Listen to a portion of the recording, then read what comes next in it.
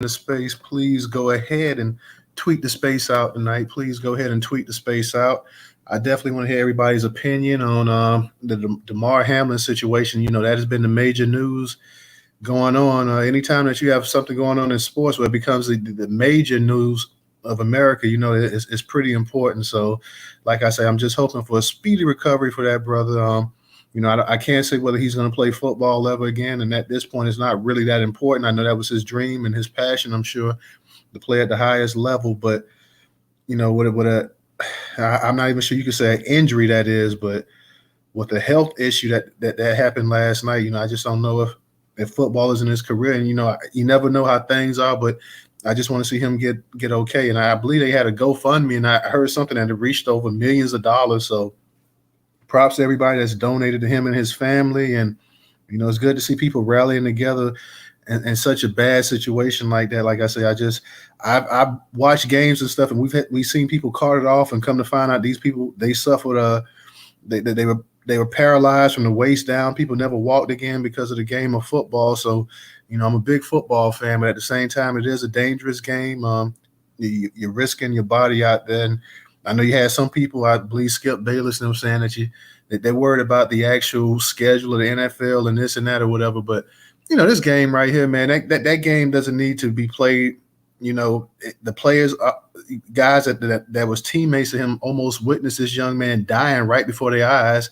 Had it not been for the actual medical staff out there, he would have died right on the football field. He had to be resuscitated. So I just don't really think that at this point in time it's really important to talk about rescheduling that game. You can go ahead, and I know no team wants to put a forfeit on their schedule, but at this point in time, those players mindset wise, they're not ready to go out there and actually play as well too. So, I just don't really think that, that'll be such a good idea to go ahead and reschedule. John, I saw you requesting. I've never seen you before, John, so this can be interesting right here. So let me see exactly what you got to say real quick, John, because I've never seen you in the space. But yeah, John, go ahead.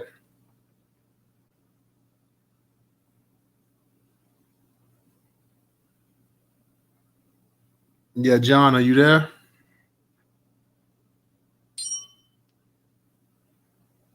Okay, John, are you going to speak? I know you requested to come up and speak. Do you want to speak, John? Okay. All right, John. All right. Yeah, I was just about to remove him from the speaker myself. I saw the whole profile, and I like, well, I know this has got to be somebody that's coming in here to troll and carry on and stuff. So I just wanted to see if he was going to actually come in here and actually speak or not. But all right, John, you can stay in the listener and sit up there in the listener. You can put your hand down or whatever. If you don't like what we got to say, kind of a serious topic with a brother almost losing his life out there, but whatever.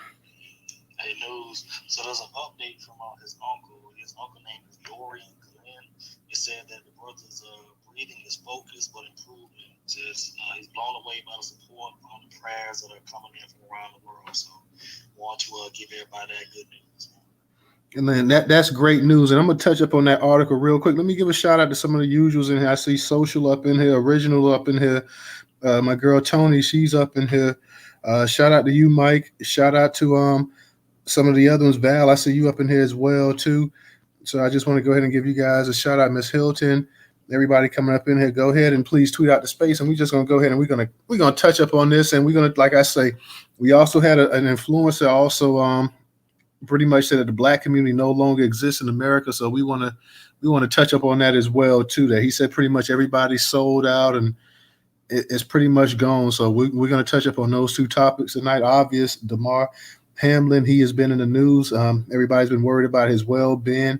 The young man suffered cardiac arrest on the football field on what looked like just a routine tackle. If anybody has played football, I saw the tackle, and I said, well, he absorbed most of the contact. So, initially, those are the type of tackles you look and see what almost looks like somebody, kind of gets the wind knocked out of him. But he got up and he fell, and that was kind of reminiscent to, if some of you old enough, back in the early 90s, you had this NBA player that was a star by the name of Reggie Lewis, played with the Boston Celtics, and Reggie Lewis ended up having a heart condition, got diagnosed, and ended up dying playing a pickup game of basketball. But in an actual NBA game, he actually took a couple steps forward, and he just kind of felt like the same way. So it was kind of reminiscent to that in a way. And I know some people were saying Hank Gathers, who played back in 1990, 91, played with Loyola Marymount in college, and Hank Gathers actually ended up dying on the actual court. Hank Gathers he also was diagnosed with a heart condition, and he ended up not taking his medicine, and he ended up pretty much dying there on the actual court. So it was kind of reminiscent for some of us that's old enough to actually remember these events. I was a young kid myself when it actually happened, but when you see stuff like that, it kind of sticks in with you. So I was kind of, when I thought about just seeing the young man, the way he took those steps and he fell, I first was thinking about Reggie Lewis when he's with the Boston Celtics. And then even before Reggie Lewis, you had Hank Gathers, who was an NBA prospect, and Hank Gathers actually ended up dying on the actual court. He lost consciousness, and they carted him off, and he never actually came back too. So thank God. And I'm definitely just I'm just praying for this young man's full recovery. I want to see him get back to being a healthy individual, and whether he plays sports or not, or NFL, as long as he has his health, that's something to build on. So I just want to go ahead and just say that we're all praying for him. Go ahead, Ray. I just want to, I heard you say something, hopefully you didn't mention it, but, I'm sorry if I'm repeating it. The Jacksonville Jaguars lineman, the one that just collapsed and died, yesterday. His name was, I'm proud about to pronounce this, UCHE, Nuri, N-W-A-N-E-R-Y. He played for the Jacksonville Jaguars, collapsed and died, man. So I don't know what's going on, man. All these healthy people just falling dead like that. 38 years old and dropping dead, that's not common. Well, and this is one thing people don't realize in sports. You've had these incidents over the years, and in the 90s, you started seeing more of them at times as well. And it's kind of, I don't know if it's quiet down, or they don't talk about it as much, or it's not getting the actual media coverage. But at a time, because in high school in my sophomore year, one of the guys on the varsity basketball team, he ended up playing pickup. And he ended up falling dead, and he was in 11th grade, and he was in great shape. And so sometimes even with these little physicals they give these players and these kids and stuff like that, it's not really detecting any underlying conditions that they have. So it at one time, this was pretty popular. This is not popular, but this was something that wasn't really, I can remember somebody from the Minnesota Vikings dying, an offensive lineman. Florida State had a player back in 2001, one of the Darling brothers. He ended up dying doing the mat drills, off-season conditioning. This is not something that, a lot of people, and it's because in the NFL, you really don't see it as much and stuff like that, but it's something that's not really all that common. You don't see it broadcast like you did at maybe say 25, 30 years ago. But at one time, people didn't understand how you could have athletes and peak physical condition and stuff like that. And some of these guys, falling dead, but it's something that actually has been going on, and it actually has been happening. But I'll be honest, I haven't heard about it in the past 15 years or so like I did with one time. And one time, you was even hearing high school kids. Like I said, I was in high school when this happened, a sophomore in high school, when one of the varsity players playing a pickup game at a middle school end up dropping dead and dying. So, it's happened before. So I just, like I said, I'm glad that it's not happening at the level that it once was, but it is, unfortunately, this is happening and I don't know exactly what you can do to detect somebody with, because sometimes it's a regular heartbeat. It could be hereditary. I don't know. Sometimes just a strenuous working out athletes do, especially we talk about somebody basketball. And I really don't know. I know in football, sometimes with the offensive lineman, defensive lineman being big guys and carrying extra weight or something like that, people looked at that, as a potential reason for why people were dropping dead and falling out and having issues like that. But, this guy, Damar, is a cornerback, a cornerback safety, defensive back. So, he's in tip-top physical condition.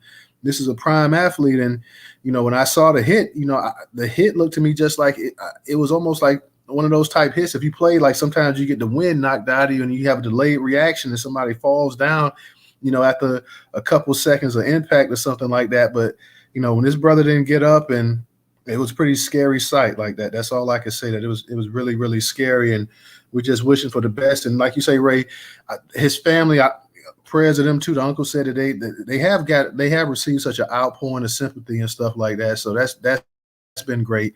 Unfortunately, like I say, the NFL is a big business, $1 billion operation, and you heard some of the people from the outside up sitting up here talking about the continuation. You got 30 some teams, so even if Buffalo doesn't play this week, and I know the playoffs is on the way and this and that, and people worried about that, but you kind of see how dollars get put up above somebody else's well-being. So you got a lot of people that's really worried about that. And a lot of these people, too, let's not forget, a lot of these people are what we consider gamblers and sports bettors and stuff like that, too. So you can imagine the bookies and everybody else.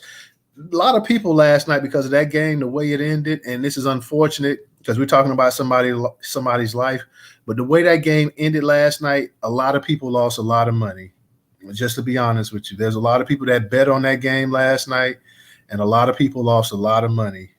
And so you got a lot of people sitting up here worried about losing even more money if Buffalo can't go ahead and play as well, too. So in America, we know it's always, at the end of the day, it's always about the dollars and cents, the dollars and cents. Go ahead, Ray. And I just want to add this into it. It's not directly related to what we're talking about, but that tweet that Skip Bayless sent out, that was absolutely tasteless. That was just outright disrespectful, in my opinion. And he tried to clean it up, out late, basically saying, if you guys haven't seen this, said no doubt the NFL is considering postponing the rest of this game. But how? This late in the season, a game of this magnitude is crucial to the regular season outcome. It's something to see soon. Ain't nobody worried about that doggone game. I love football. If you've been listening to any space with me, you always hear me talk about my Georgia Bulldogs and sorry Falcons. I love them so much. But when someone falls out of the deal like that, you got to give them people time to recover from that. I actually worked as a EMT before, so I've had to deal with a lot of cases, with things like this. Like I've had to, you pull up, in the fire truck as a first responder. We're doing CPR, trying to bring the person back until the ambulance can arrive. So I've had to deal with situations like this. I'm not, a doctor, but obviously look at that and tell like this is something very serious. It really was. So them having to postpone the game till next week or later this week or something like that, that's easy. You know what I'm saying? Like, it might be kind of inconvenient for the fans or whatever because, they might have to take off work or get babysitters or something like that to be able to come and watch the game. But they can always postpone the game, reschedule it, cancel it completely because this dude's health comes first. I like that. Yeah, thanks, Social. We had this troll coming here, and he put all this crap in the jumbotron. I just removed it. That the dude John or whatever came and hit a troll or whatever and started adding all this nonsense in the jumbotron. So I just went ahead and removed it. But you're right, Ray. Nobody's really thinking about. I know we're not, and I'm a football fan, more of a college football fan, but a football fan nonetheless. I'm thinking about the young man's well-being and his safety at this point in time. And like I say, but unfortunately, we know it's a big business. And we know it's a big business out there in Vegas and all these other places. And we know, like I say, last night, because of the way that game ended, that it was postponed and stuff like that. A lot of people lost some money that was betting on that. You got people that's got all of these tickets and stuff going out there. They got these fantasy football teams, and and because that probably was the last game of the slate for the week or whatever. Because that game it ended the way it did. I mean, don't be surprised if Vegas and lose millions of dollars just on that one game at the end right there as well, too. So it's always, like I say, unfortunately, it's always about the dollars and cents. So let me just go ahead real quick, y'all, and touch up on this article about Damar, and then we're gonna go ahead and we're gonna also speak on this influencer, his idea that the black community as a whole, there really is no black community in America anymore. It's just pretty much just a name. But this was curated on Newstoter.com. Black Enterprise. It says Buffalo Bills Damar Hamlin suffers cardiac arrest during game, listed in critical condition. And just for those that don't know, I'm just going to touch up on the article real quick. A scary situation occurred on the football field during a live game when one NFL player collapsed and had to be taken to the hospital. The game was eventually postponed. During Monday night's broadcast of a contest between the Buffalo Bills and Cincinnati Bengals, after being involved in a tackle, Buffalo Bills defensive back Damar Hamlin fell to the ground after seemingly looking okay after the play. It was later discovered. Hold on. It was later discovered because this thing is moving. It was later discovered after he collapsed that he suffered cardiac arrest. According to NFL.com, the 24-year-old player is currently sedated and is listed in critical condition. The Buffalo Bills released a statement regarding the emergency on the field. Tonight's Buffalo Bills Cincinnati game has been postponed after Buffalo Bills Damar Hamlin collapsed, NFL Commissioner Roger Goodell said. Hamlin received immediate medical attention on the field by a team of independent medical staff and local paramedics. He was then transported to a local hospital where he is in critical condition. Our thoughts are with Damar and the Buffalo Bills. We will provide more information as it becomes available. The NFL has been in constant communication with the NFL Players Association, which is in agreement with postponing the game. The incident took place at the beginning of the game when the Bengals were winning by the score of 7-3 with a little over 6 minutes remaining in the first quarter. After tackling Bengals wide receiver T. Higgins after he caught a pass, Hamlin got up within seconds, fell backward, and was lying on his back. The defensive back then received CPR on the football field. The Bills stated Hamlin's heartbeat was restored on the field before he was taken by ambulance to the University of Cincinnati Medical Center for further testing and treatment. A statement was released by the Buffalo Bills early this morning. Damar Hamlin suffered a cardiac arrest following a hit-and-run game versus the Bengals. His heartbeat was restored on the field, and he was transferred to the UC Medical Center for further testing and treatment. He is currently sedated and listed in critical condition. Hamlin was selected in the 6th round of the 2021 draft by the Bills. He recently made his first career start in Week 3 of this current season after Buffalo safety Mekhi Hyde suffered a season-ending injury. He has been in the starting lineup since that week. The team rallied around Hamlin, offering a slew of support. So once again, I have to keep saying this. Prayers to this young man, and I'm just hoping for the best for him and his family.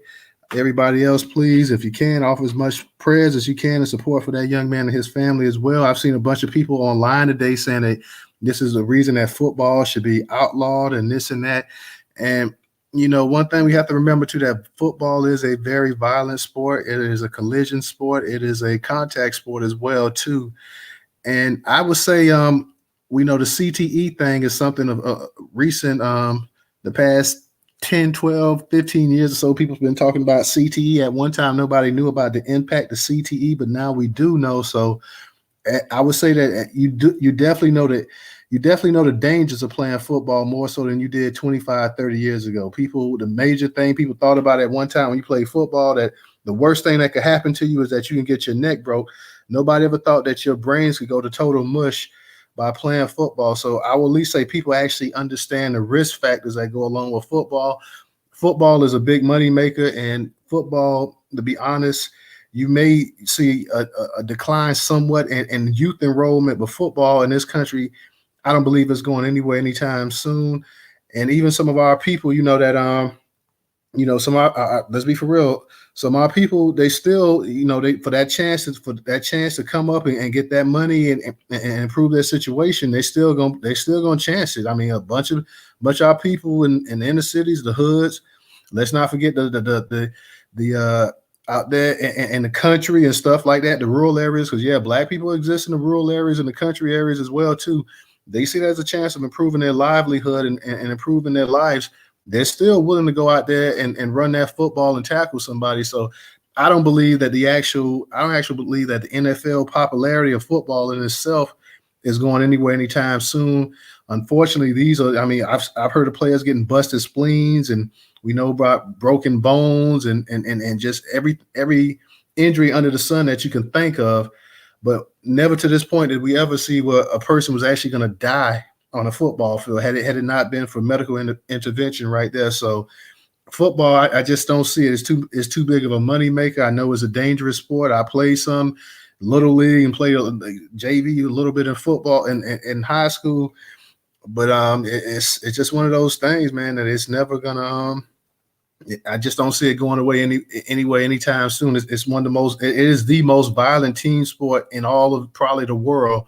The only thing that's more violent than football would be boxing or MMA or something like that, and that's not a team sport. But it's too big of a moneymaker, and our own people, they see it as a way of improving their actual their livelihood. So I just don't see it going anywhere anytime soon. Mr. Engaging, how you doing tonight? Go ahead and unmute your mic. I'm doing great tonight. I think the mental health aspect is really good. I think that they should have taken some more time off. And I think that that's very important psychologically. If somebody, if you're experiencing a traumatic event, I really think that they should seek help. I think that they should seek counseling. They should get a breather.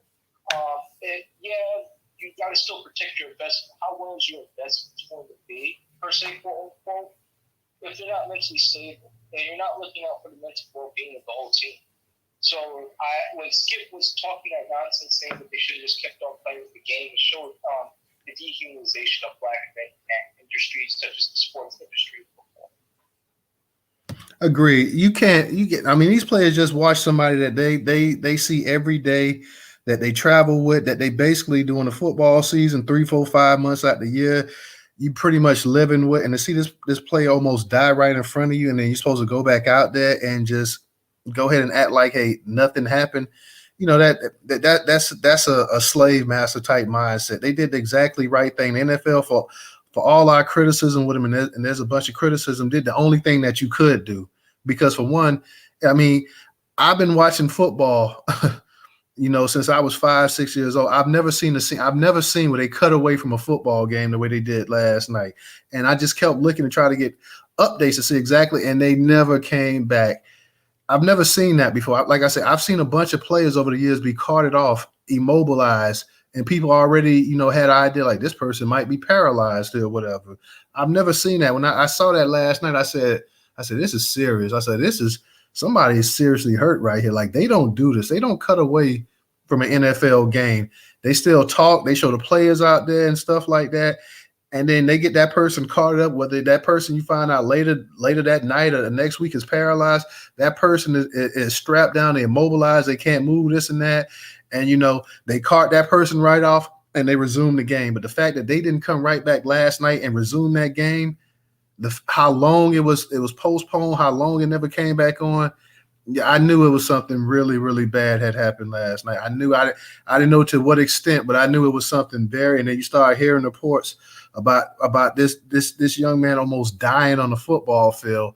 And then for Skip, for him to come in, I know you're supposed to play good guy, bad guy, and that's part of the whole thing on ESPN, that you're supposed to come in here and you're supposed to give your talking points and this and that or whatever. And the simple fact that you could say something like that when this man almost died. You got grown men sitting out there crying on the field. You got his teammates. You got people on the other side coming to tears, ready to cry. So not only was Buffalo impacted, but so was Cincinnati Bengals. And you had one of the football players, Scott, was saying something to the fact that people were trying to blame the guy that he tackled, T. Higgins, and stuff. Like, T. Higgins was a receiver. He was running. He brought contact to him, which they do in football. I mean, nobody was out there seriously trying to injure somebody or whatever. They just playing the game the way it's supposed to be played. And unfortunately, it was a severe hit to his chest that causes that in a million years you never would have thought would have happened. So I don't understand what some of the former NFL players, and I'm not going to say some, just one, and what Skip is also up here talking about as well too, because to me that made no sense. You're trying to put somebody's life. You're trying to say that a football game is more important than somebody actually dying out there. I mean, it's the same way if you had a boxing match and if somebody end up getting killed out there, are you supposed to just go ahead and just, you just have to kind of think sometimes about it, man. Go ahead, Mr. Engager. I just want to leave it off is that on top of the mental aspect, it's more or less what the viewership was seeing. Last thing a person wants to see is a black man dying on a field, doing something that they enjoy. We talk about the image of black men and protecting that image and black people in general. I think that's a good step in the right direction, because no child, no family wants to see a black man dying on a field doing something, playing a simple game of football. So I'm very pleased with that. I'm not pleased with everything in the NFL because I'm not watching them still. But I'm glad that they're making strides a little bit in the guys of trying to protect the black image. And I think that's a good step in the right direction. Yeah, I'll agree with you, man. I would say this. I would think most people that's real avid fans of the game and stuff like that, they come to the football game to see big hits, but most people that come out there don't want to see anybody die. I would think, irregardless of skin tone and color or race or this and that. And that's not to say you don't have some sadistic folks that attend football games, because we know you do. You got some folks out there that probably wouldn't mind seeing somebody die out there, because that's just their mental capacity. But most people that go to football games, they don't want to see somebody get their neck broke. They don't want to see somebody get and die on the football field in front of them, especially in a lot of these games. People are bringing their kids and stuff like that to these actual games. So most people, and I know football players always get the nickname of being gladiators and warriors and stuff out there as well too. But most people with common sense don't want to see that. Now, like I said, you do have some exceptions. You do have some people that if they could see somebody die out there, they would love to see that. But most people, I think most people, and the people that's in this space that watch football, whether they're a casual football fan or they're actually an avid football fan, they don't want to see anything. Nobody wants to turn on the TV and see anything like that. Like I say, I kept checking up last night because I was worried about the young man, and I just, like I say, I knew it wasn't a good thing watching football. As long as I've watched football for well over 30 some odd years, from time I was a kid, 5, 6 years old, grew up in a football family and household and neighborhood here in Florida where football is king. Okay, football is king in this state here, whether it's college or pro. To see something like that, man, that just really, that really just took me, just kind of took the breath out of me like that. And I was just hoping, I was like, please, let's. I'm just hoping that this dude can survive and he can go ahead and he can get back a normal life. And I'm still hoping that. I'm still hoping that he can get, whether he ever touches a football again or he ever plays, or I'm hoping that he can go ahead and resume a normal, healthy life. That's what I'm looking for, and that's what I want to see for the young brother. Go ahead, Ray. And I'm gonna get back to you, Mr. Engaging. And we're gonna also touch up on this other article about the Black community. Anybody that wants to speak tonight in the Twitter space, please go ahead, raise your hand, come on up here and speak. We're talking about Damar Hamlin, but we're gonna also be covering. You had influencers saying that that the actual Black community is no more in America. It's just so much name and name only that it's dead, it's gone, it's finished, and it ain't coming back no time soon. So, a matter of fact, Ray, before I get to you, let me go get the Val real quick. Val, go ahead, unmute your mic. Thank you, Newstoter. Hi, Ray, everybody. Happy New Year. Happy New Year. Thank you. Yeah, I was saw that tweet put out by Skip Bayless, and that was very uncivil. Well, I'm not going to say very, but it was just an uncivil comment, thinking that he didn't give consideration that the people on the ground knew that was a serious, not just a injury, like you were saying earlier, where players have been put on a stretcher because of a broken leg or any other kind of injury, that it was more serious than that. And he didn't apologize this morning. But, he spoke about it, but it didn't sound like a apology to me. So what I wanted to do was the injury. I put it in the comments, and let people know what that is. And it is like a sudden cardiac death caused by a low, mild chest wall impact. And it, usually people who partake in sports, it says with projectiles such as baseball, hockey pucks, they suffer from these injuries. What happens during it is when you experience a trauma to your chest, that it can cause additional waves of electricity to pass through the heart muscle, and it throws off your heartbeat, and it can be deadly. Now, it did say that 3 minutes was the time that you need to have CPR initiated and be defibrillated. I just hope that, we don't know the condition he was in when he left, but we do know that he's on a ventilator right now. And I think you had it in your Jumbotron that he's out on 50% which means to me as a nurse that he is breathing on his own. They're just keeping it on the ventilator for support. And that is all I have to say.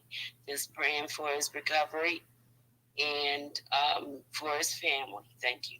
Thank you, Miss Val. We definitely appreciate that, and yeah, I'm glad that he's able to breathe some on his own as well too. So, like I said, we just want to keep updated on this story right here. Just make sure that he's going to be okay, and I just want to see him resume and have a regular life. And like I say, even if that means outside of football, you can always get into coaching and commentating and things of that nature as well too.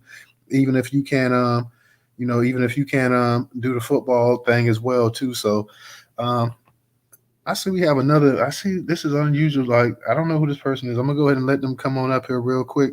Ray, real quick. I'm gonna get to you in a second as well too. But let's see who this new speaker is right here.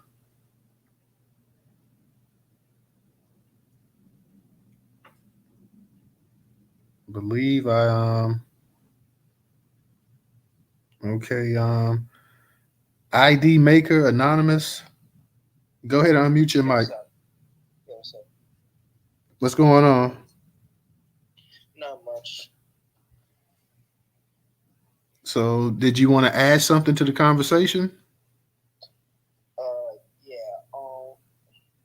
So like, I mean, it not really the current conversation, but I do have a question about it. Yeah. Like, Go. So like, how much do you think? Like, should reparations depend on the percentage of black you have in the blood, or should it just be like if you're part black, you can get reparations, or if you're fully black, you get reparations, That's a good question. We're gonna and I want you to hold that right there and stay in the speaker spot because we're gonna get to that. We're gonna get to that part of the actual conversation as well too.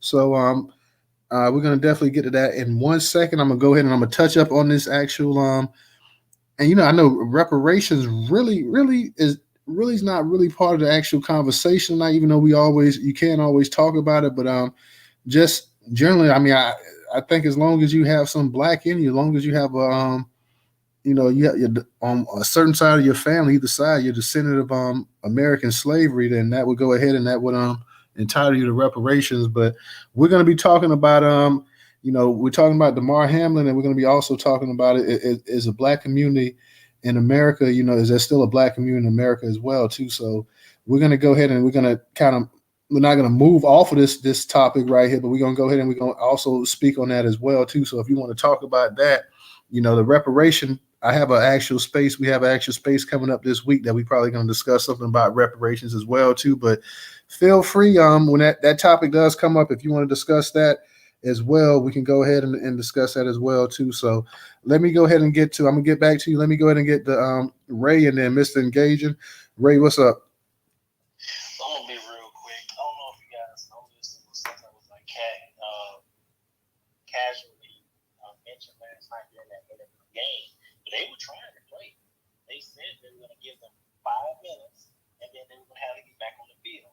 The players themselves told them, "Go to hell. We're not playing tonight," which made them postpone and then eventually cancel the game. So they don't really have any empathy. Oh, I didn't know that. Yes. They said you gotta go back. What is the Troy Aikman, I believe, is the announcer last night. They said they were gonna give them 5 minutes to actually kind of get themselves together, because that's how they went to the locker room. They were gonna go to the locker room, get themselves together, and come back and play. The players just said, "We're not playing." Like, no, we're just not playing.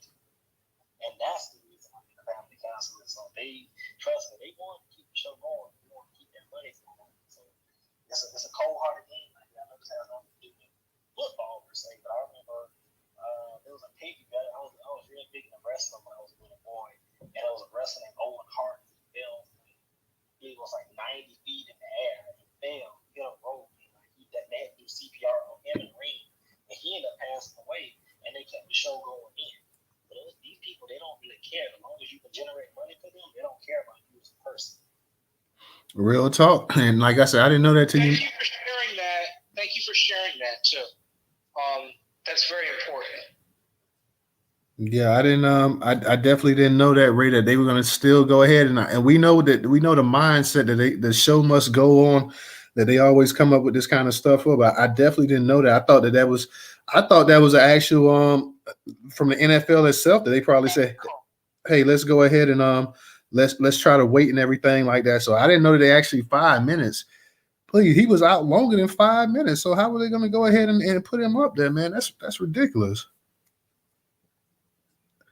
Mr. Engaging, you had your hand up. I know you came off the mic. You want to go ahead and say something? No, I wanted to say thankful for bringing that information up because it brings more clarity to the situation. What I would say to that is that we start to see the players come together on this, where their thoughts on things that's more pertinent in our community. I understand that it's a life, but we have other things that is affecting us and killing us as a group as well, and that's just as equally as pertinent as well. So I am looking at that whole situation kind of jaded a little bit. And it might sound kind of effed up to put it in that perspective, but do you think I'm wrong to put it in that perspective? Well, now let me say this real. I agree with what you're saying that they should be taking on more social issues and equality issues and financial issues impacting black people in this country. I definitely, I mean, I'm 100 with you on that as well too. But you can't. But real quick, you can't fault them for wanting to stand behind one of their brothers out there that almost lost his life last night. So we kind of got to also, show some empathy towards that. Like I say, if you're practicing with somebody every day and this and that, this is a young cat. He almost dies out there on the football field. It's something that you play as well too. That could easily be you. So, yeah, I feel what you're saying. Like I'm not disagreeing that yeah they need to go ahead and do other things and stuff like that and stand for that. But at the same time, there was nothing. There was nothing wrong with what they did last night, showing solidarity for one of their fallen comrades. So I can't get on them for that right there. But I'm not disagreeing with you saying that we need to go ahead and other issues that impact us as well too. We need to go ahead and they need to go ahead and stand and solidarity on those as well too. I'm just more or less looking at the will of our black people in these type of arena. Yo, that's mad disrespect, man. I don't ID mark or whatever, but whatever. But I'm just looking at it from the perspective of that is something that does need to be addressed, but we do need to take our health a little bit more seriously and how it's affecting our community. And if we're not taking those things into order, I think that it's going to be a problem for us in the longer run, not just in sports. It's just how we do business with one another. Hey, dudes, up in the Jumbotron, if everyone look to the far left, I put up a tweet that someone else actually caught that what I was saying too. And the sister said, stuck the body, and that's the name or whatever she said. So we all didn't hear them just say the broadcast, excuse me. So we all didn't hear them say during the broadcast they were giving them 5 minutes to warm up while you're lying NFL. So the NFL swears up and down that they who's making noise. Hey, who is doing that? Who's doing that? That's what I was about to say. That's why I came up. That's ID marker. I already told you guys. ID marker. He's playing, man. Okay, he's gone. So, all right. Yeah, let's go ahead and remove him. We ain't got time for all of that. Straight up, man. You come up here and act like a goddamn man. Let's go. That's all I was gonna say though, because check the Jumbotron, because I'm not the only one that heard that. Okay. Hey, what's up, y'all? This is DJ, man. What's going on, Tyler? What's up, Ray? What's up, everybody in the chat room, man? What's going on? Everything good, man. So, just out here getting this grind on, that's it, man. So, bless up to this bro, Damar. No, man. Hope everything works out for you. Just I woke up, that was like the first thing on my mind. You know what I mean? Same thing with, family members of mine and shit, just in the hospital right now thinking about that shit. So, this shit is serious. But Skip Bayless is a POS. NFL, Roger Goodell, y'all all POSs. And somebody brought up as far as I think that was you, Mr. Engagement was good. Said that, shouldn't they be doing more social justice issues, advocating economic. Well, that's what Ice Cube's contract for Black America is supposed to be. But, letting people box sold bodies talk about it and shit. We just want stuff for black women, but ain't y'all black though. You know what I'm saying? So it's like, what's the argument? You know what I'm saying? Yeah, but we need our own separate stuff, but y'all still black. It's supposed to be one. You know what I mean? So when you go with that bullshit wave, you know what I'm saying? It fucks everything up. So now, being that we saw this shit happen in real time, I don't even think it's gonna be no NFL moving forward. You know what I'm saying? I think it's gonna be flag football after that, yo. You know what I'm saying? No tackling, all the Mean Joe Green, Lawrence Taylor, you know what I'm saying? Henry Carson era, all that shit is over. You know what I'm saying? That shit is over with. It gotta be, because look what you just saw. A man taking a blow straight to the chest, got up, probably thought he was fine, just, wasn't even thinking this shit, just automatically passed out, bro. You know what I mean? So, what money is the NFL gonna make moving forward from there and shit? Because at the end of the day, who the hell gonna want to watch football to see that again, or even have it happen to them? But DJ, real quick though, and they've done everything in the past 10, 12 years to really, take the physicality out of football, from like when me and you was watching it back in the day, going across the middle of the field could mean the end of your whole career and whatnot. And you don't see the nasty hits. They don't highlight that. They don't sell DVDs or just outright nasty hits and just destructions. And the Mean Joe Green, all that shit, that the Steelers, the Raiders, that era of how jokers, what's another defense shit? Chicago, the 85 Bears, like the 2000 Ravens. Like, come on, man. I mean, what was that? When were the Ravens won? It was like 2000. Yeah, the 2000 Ravens. Oh, so the Bucks won it in 01, right? Yeah, the Bucks won in 01 or 02. I thought it was the Rams. No, the Rams won in 99. And they went back in 2000 but lost. Yeah. Yeah. They lost to the Bucks or no, they won in 99, and then you had the Raiders. I mean, you had the Ravens, and then after the Ravens, you had the Rams come back again, and they lost this time they lost to New England. Then you had Tampa Bay come. But either way, I get what you're saying, like just the nasty defenses and stuff. But you got to remember this right here too, man. That the NFL is a moneymaker, man. And even for that kid that got hurt last night, I'm telling you, you got a cat in the hood that's playing running back right now, man. He see a chance for him to get the NFL, a wide receiver. He gonna take that. He's gonna take that. Right, and right. So even with that being said, it ain't gonna stop. You see what I'm saying? Because unless the NFL just go about, or now with my narrative surrounding about it, here's an opportunity for the players to take advantage of the shit. So y'all should be trying to unionize more, organize more as players. Hey, we demand 80% of the contract now. If we got to keep playing the same exact way. You feel what I'm saying? We want more endorsements and things going on in all communities. You know what I mean? Whether impoverished or, economically fine. You know what I'm saying? So I don't think the players are even thinking about that. They're just thinking about the game, at least those that's going into the playoffs anyway. You know what I'm saying? No offense if your team ain't making it this year, but that's just facts. You feel what I'm saying? So if the kids that's running around in high school right now, that's going to right here in North Shabazz or Urban Sahara, you feel what I'm saying? That's some of the top schools I'm next to right now. Weekway, you feel what I'm saying?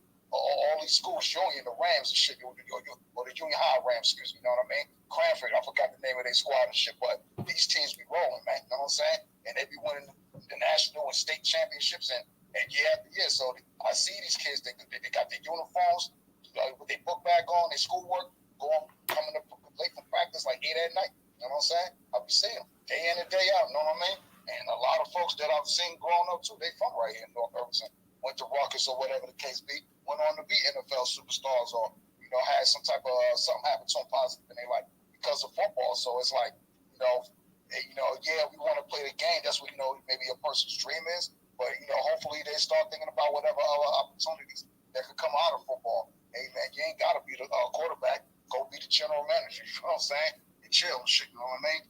Just pick up some other, while you're playing football in college, pick up whatever major you need to pick up on how to do physical sports therapy, training, as far as like, management, business management. So that way you can run a company and hopefully eventually own that shit one day. But at the end of the day, another thing that might be good, might be time to bring back the Negro League. So shout out to Ice Cube, Big 3. You know what I mean? Get that flag football going. That's not illegal to start your own flag football organization. Just look it up, yeah. But I yield. Real talk, man. Let me go ahead and let me give a shout out to Brother McCoo for your contribution on Cash App. Appreciate that, brother. Appreciate that as always. Let's go ahead and kick it to we're gonna go to BW, Lloyd Kelly, Mike Williams. We're gonna go to Rella. We're gonna go to Mr. Engaging. So go ahead, BW, and unmute your mic. Okay. Good evening, everyone. It says, is there still a Black community in America? I'll say somewhat yes, because, Black people still live around one another, but it's not a real connection like it was back in the day. Because I think a lot they have to do with the social media is people are not disconnected. They're not connected like they did back in the day. And they'll have all these recreation centers they used to have in the neighborhood where kids that go meet and mingle. So it's not the same, but I do have a niece who lived in Detroit. A lot of Black people around each other, and she even got events. But she got this huge backyard where she have events where she have for kids, and she sell food and things like that. So she's sort of like keeping the community together and people mingling. But that only can go so far. But it's not like it was back in the day. So that's what I want to say on that. Also, with this Damar Hamlin, I really don't know too much about him. I just know that somebody said he had a massive heart attack. I don't know if he lived or died. But I do want to say this to our people that we need to realize that we need to stop eating out. I know it's hard for some people, but we got to learn how to find another way to start cooking at home and learn how to eat healthy. Because every time we eat out, these people that we support, they care nothing about us. We don't know what they're doing to our food, especially these Asians. They nasty as hell, and we give them a lot of money, and we still going there. These people probably be killing us, and we don't know it. So we need to step away from these people that hate us. Stay out their restaurants. Learn how to cook on your own, or get somebody who know how to cook and tell them make you something that you can trust. But we got to get away from these people and start feeding ourselves. So that's all I want to say. All right. That's some real stuff that Susan just said, because like the stuff that they sell us, they don't eat that type of stuff themselves. And that is true, 100% true. If you ever go into these, Asian restaurants and stuff, all these, they have nice clean rice, parsley, and all this other stuff. Not, selling some junk food, pig skin, and burritos, all this other stuff. Yeah, real talk. Thank you, BW. And yeah, the brother, he's a football player. He's 24 years old, and he got hurt last night. He went in cardiac arrest because of an actual hit that he sustained on the actual football field. Sometimes we forget how fast that these players are running, and you add on 10 to 15 pounds of padding and a helmet. Some of these guys are getting clocked at running 20 some odd miles an hour. So imagine somebody running 20 some miles an hour that's weighing 200 plus pounds, that has on 15 pounds of equipment on them, and they lower their shoulder into your chest or your sternum. It's not a good feeling, trust me, being ran over or having to run somebody over. So yeah, it definitely can do a number on you. So that's what the brother was. He's a tip-top physical athlete, so he's in great condition. So it wasn't the thing that happened to him was based off basically a blunt hit, a blunt trauma. I would think that, he absorbed a certain hit and it hit him, in his chest or whatever, which, happens to football players all the time. But unfortunately, something went wrong with him last night. But I do get what you're saying about our eating habits and things of that nature and stuff like that. That's definitely 100% correct. But like I said, his was more attributed to actual, actual blunt trauma that happened to him on the actual football field, which happens to a lot of athletes out there on that football field as well, too. So, Lloyd, go ahead and unmute your mic. Hey, Toad, how are you? Hey, I'm doing pretty good, Lloyd. I appreciate all the messages you sent me. Yeah, I sent you my phone number. If you need to talk, give me a call. I want to go back to something that Ray was saying, because I think it's extremely important, and it got brushed over. So Ray was saying that the players last night refused to go back on the field.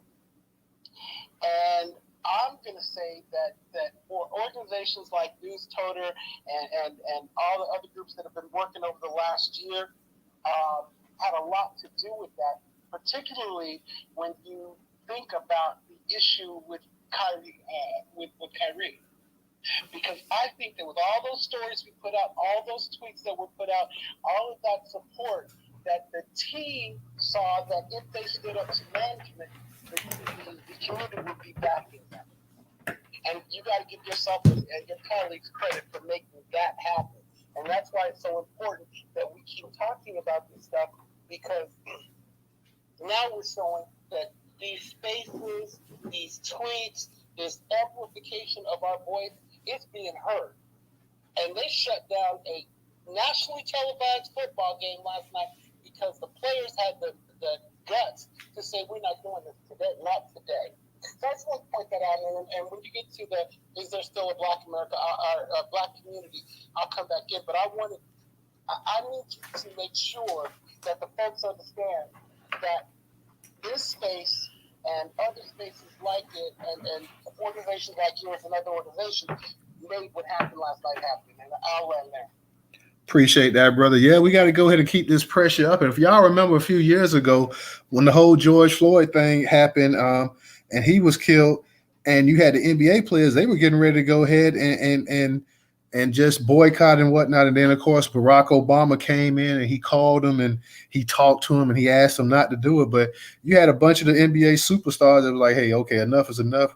We're going to boycott too. And you can imagine how strong that would have been had the NBA at that time did that boycott.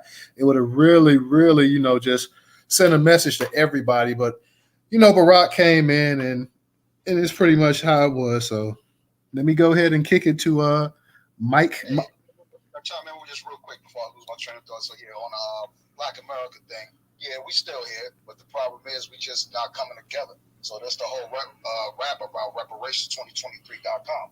We pulling up on the national law, so prepare your ass knackers to get your butts down to DC. You know what I'm saying? Straight up, or come up from south, or travel from west to east to come to DC. Reparations2023.com, the numbers. And with that being said, so I just did a delivery to a gentleman, older Black guy. Hey, bro, he said, thanks for the drop. Yeah, you're welcome. Hey, man, reparations2023.com, bro. We doing reparations. Hey, you think we gonna get it? I said, bro, we closer than we ever been. Only thing is, we ain't understanding black folks ain't demanding this shit. So he was like, what's the thing again? I said, reparations2023.com. He said, one more time and shit, because we all yelling from the car. Reparations2023.com. He's like, all right, thanks, bro. It's that simple. We not promoting this shit, man. But go ahead, though. Where I want to go.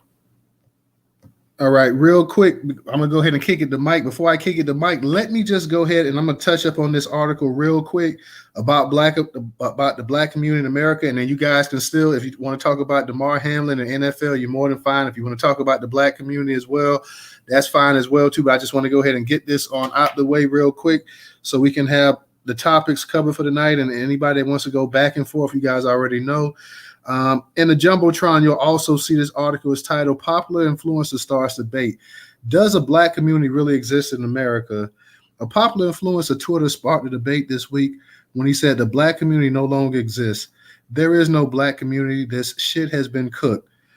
The person's name is at MAADYBK67, tweeted on Tuesday, December 27, identified as a mod on his social media pages. The influencer's bio says he's creative director for Represent NYC. On his Instagram page, the Represent NYC series is described as a visual, audio, and soulful dedication to the greatness of Black men, women, children from the concrete kingdoms of NYC. Known to be outspoken about what he feels is nonsense of the gender wars and culture wars permeating the Black diaspora on social media, Ahmad often speaks on Black issues.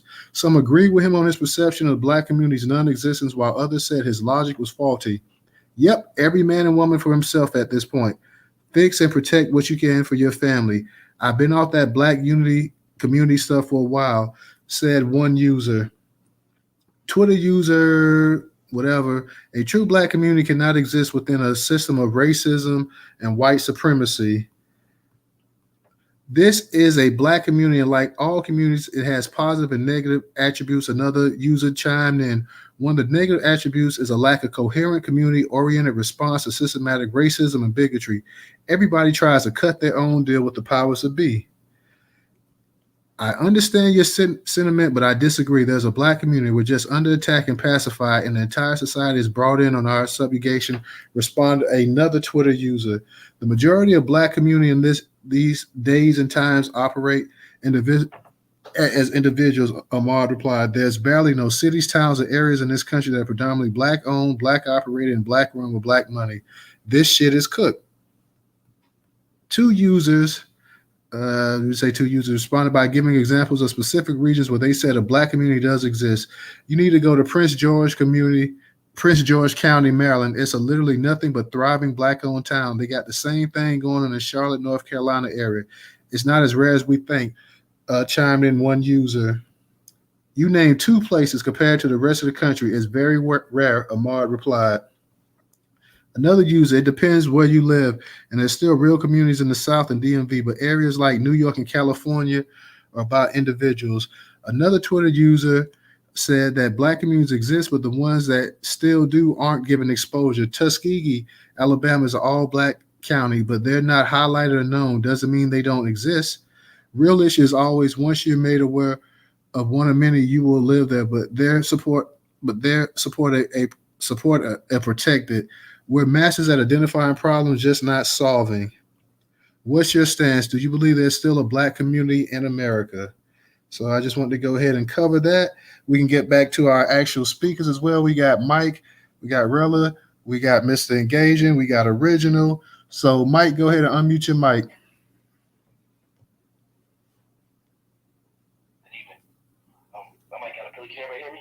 Yeah, we can hear you. How you doing? All right. But Damar, first world. I didn't watch the game myself. I turned on my brother. Sent me a text like, "Hey, this is crazy." It looked like, from a nursing perspective, it looked like cardiac contusion, which happens. It does happen. It's very unfortunate. It's not rare, but it doesn't happen, especially like blunt force trauma to the chest. Having like get a hit from baseball, car accident. People just go down. It does happen. The only thing I can think they would change with that, because in the NFL, that's big money, is padding, different type of padding. Otherwise, I don't know what else they would actually do. They're not going to stop the games. They should have canceled the game immediately after that happened for like over 10 minutes on the field. Should have canceled it right in there. But, big money. So, lost pleasure to him. Hopefully he's okay. We'll see what follows that. As far as is there a black community? I'm going to go ahead and say not really. They're trying to come back. There used to be a very big black communities all around the country until integration happened and that ruined it. We have a bunch of neighborhoods enclaves, but we don't have really the things that make a community. We don't have our own hospitals. We don't have our own grocery stores. We don't have our own schools. Things that, or in a security structure, things that actually make up a community. That you go to Chinatown, they had that. They had that security structure. They had their own grocery stores, schools, hospitals. They had that type of stuff. There'll be a place in Black America that's where that's at. We maybe have our own schools or grocery stores, or our own hospitals. I don't know. Then we do our own political structure there as well. That makes a community as well. And other groups have that. We don't have that. We have neighborhoods and enclaves, but we're trying to work ourselves like we're becoming more conscious now, in my opinion. We're becoming more conscious now and trying to work everybody back to that, having a black community. So that's my piece. You follow me at blackmedia.com. Let me know. All right. Appreciate that, Mike. Thank you for your opinion. I'm going to go ahead and kick it to Ree before I kick it to her real quick. Please, if you can, make sure you guys subscribe to the YouTube channel and subscribe to the newsletter that's in the Jumbotron on the far right-hand side. It should be on there maybe about the third or fourth over, about the fourth or fifth over. So we have the YouTube channel. We also have the newsletter in there. Also, if you can, support us on Cash App, $Newstoter, $Newstoter. Newstoter is the largest Black-owned, Black American-owned news curation platform today in America, and we need your support. So if you can support us, please do. Reed, go ahead and unmute your mic. Sister, how you doing tonight? I'm good. How you doing, my brother? Hey, Ray. Hey, DJ. How you guys doing? We're doing good. Brother, Mr. Engagement. Hey, Lloyd and Mr. Original. Everybody on stage. How you guys?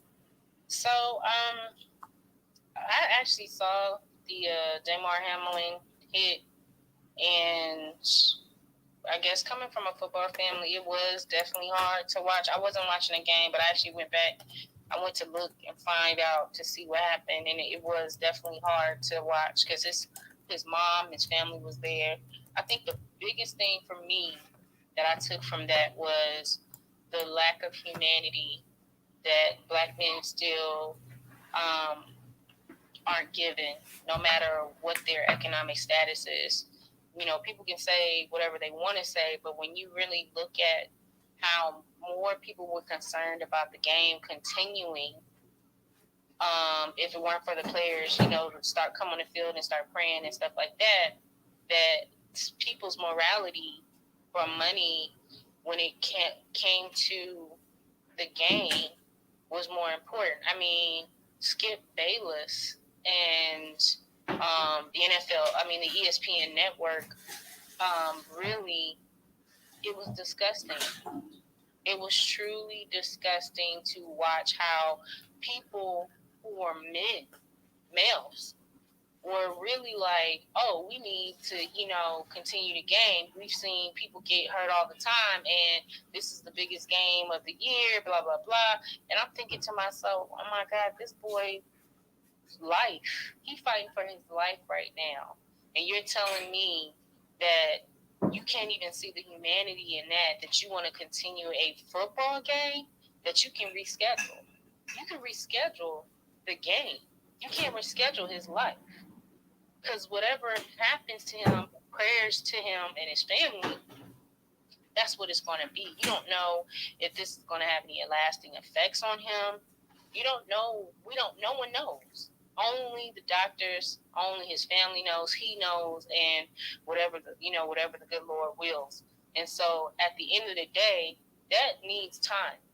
That needs time for healing. The NFL definitely should be taking a better approach at how they deal with viewership when it comes to taking care of their players, you know, and especially Black men, and making sure. I think Ray Clark, is that his name? No, Ryan Clark. Sorry, Ryan Clark said it best. You know, these guys take a big hit on the field, but there was a video he played, and he said, you know, the humanity and him being hurt and how people responded was important. And I'm sorry, the NFL effed up, and so did ESPN and other networks, and people who literally are just lovers of the game, who literally should have been calling for, you know, better transparency, better calling people to the carpet on how they responded to him being hurt.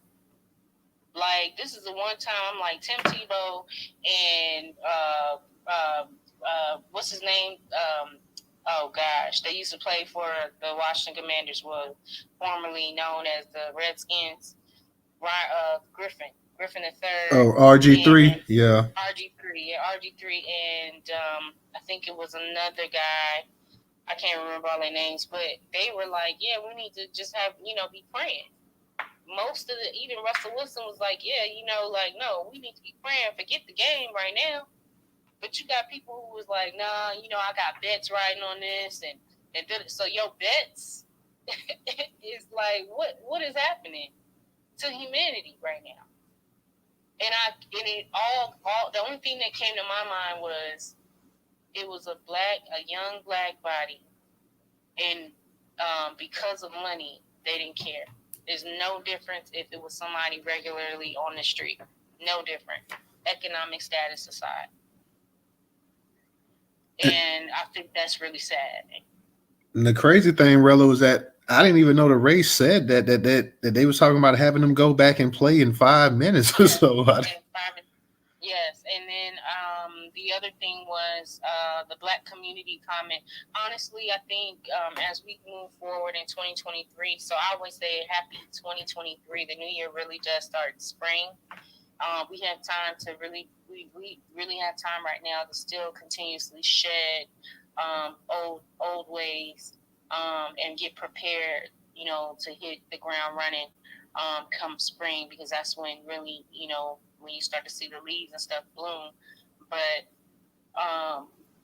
the Black community, it has been splintered so much by so many different things economically, the Black American community, and I really believe that we are working our way towards each other, repairing each other.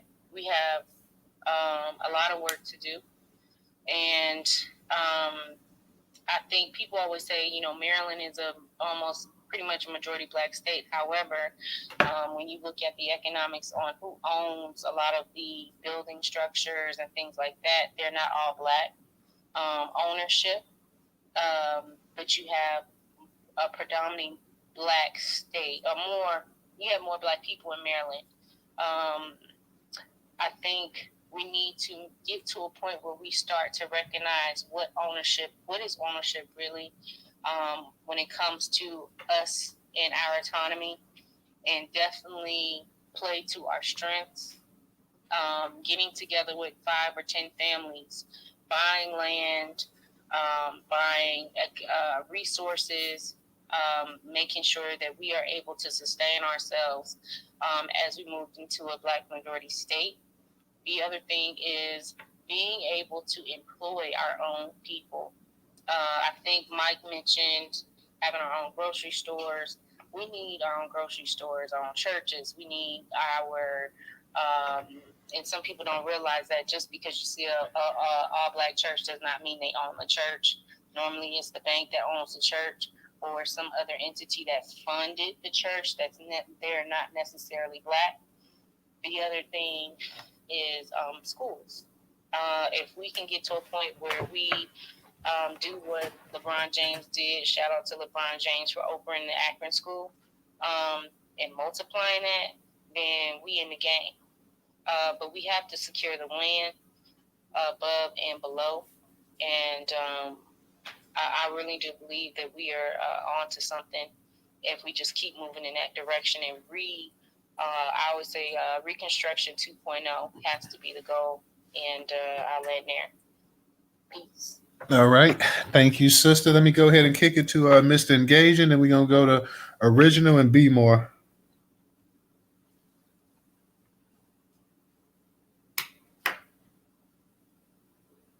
You there, Mr. Engaging? Yeah, sorry about that. I'm sleeping and mopping the floors while at my mom's Black business, and I'm sorry about being late to the party. But that being said, I wanted to go into the Black community conversation. I think that we're injured. We do have a Black community, but we're just missing some key things to make us self-sufficient. It kind of hurts me when people say we don't have a community. We don't have the closest that we don't have. That is evident. Is evidence how we treat each other how we treat each other on social media. But I think that the more that we keep stalking for reparations, the more that we keep stalking for things that are in our interests, I think that it's going to align us more closer together. And I think that we need to play each other closer together so we can get through the hard times, so we can get to the best of times. So that's just my opinion about the Black community. Yeah, we got some hard spots, but I think we're going to work it out, man. Because we ain't got no but choice but to go up, because down is already crowded.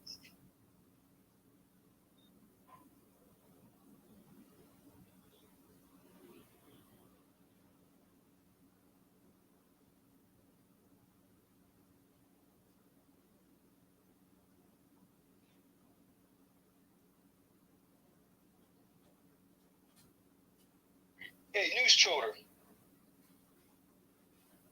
Yeah, tired of my niggas. Yeah. Hey, go ahead, Mr. Kitchen. I want to say something else real quick. Yeah, my bad. Quick question. Did that young brother take the jab? Nobody's not talking about the elephant in the room. Wait. Let me cover that real quick, because that was something too. There was some articles and people was asking about that, if he took the jab or not. Let me just say, and I'm no expert, no health expert in any way, any shape or form, but I think that was it. I think what he went through last night was just based off of the actual physicality of him just being hit the way he was hit and the impact that he had. So I don't think my personal opinion, I don't think a vaccine would have had anything to do with what he went through last night. That's just my personal opinion.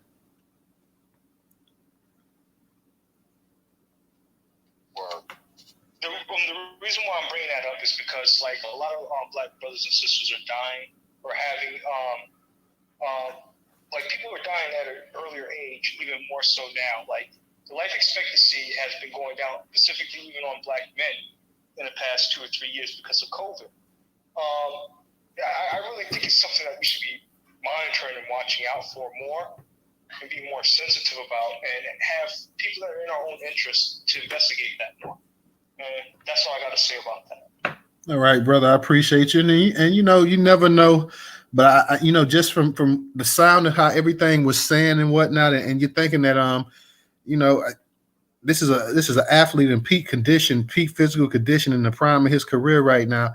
I think that what you're saying that might be applicable in some cases, but here I think this was just unfortunate. Like I say, you get these guys in the NFL, man, and some of these guys are getting timed at running 22, 23 miles an hour and stuff, 21 miles an hour. Man, that is flying. And you go ahead and you talk about a 200-pound plus man hitting you with pads on, lowering his shoulder, and you're standing at up opening your arms, and he was up high when he tackled him. He absorbed all that contact that, I don't know if that was anything other than just an unfortunate accident that just happened last night. Hey, DJ, I think your mic is open. Oh, my bad. Shit, I'm over there outside. My bad. Let me go ahead and kick it to Original. We're going to hit B More, Professor, and Newbie. Go ahead, Original. Hey, Happy New Year, everybody. Happy New Year. I'm going to pick up on something. Hey, Original, hold on a second. Professor, what is Nick? Get your... Don't be going dark without telling the family. No, I'm sorry, Original. We got to yell at this nigga real quick. Oh, yeah, we're going to have to yell at this. Oh my God, we've been looking for you. Hello, Professor. Hello, everybody. Hey, I was gonna let Professor come up here, and get his moment. Yeah, I saw the professor I saw him in the chat, so I didn't want to say anything. The professor, he went ahead and requested the mic, so I was like, well, I'm gonna let Professor come up here and get his shine on. I wasn't gonna say nothing. I know when I mentioned this day, everybody was like, Professor. My bad. I was going off looking for you, Professor. I was like, where is everybody? I'm mad at you, yo. Yeah, I apologize, everybody. But I will explain, because I know we have people talking and everybody start talking at the same time. So, who was speaking? Original. It's Original go. Original, okay. Yeah, Professor. Let Professor gonna get his moment. Let's let Original get his shine, and Professor gonna get his time to let everybody know what's going on. So we're gonna get back to you, Professor. I know Original. Go ahead and unmute your mic.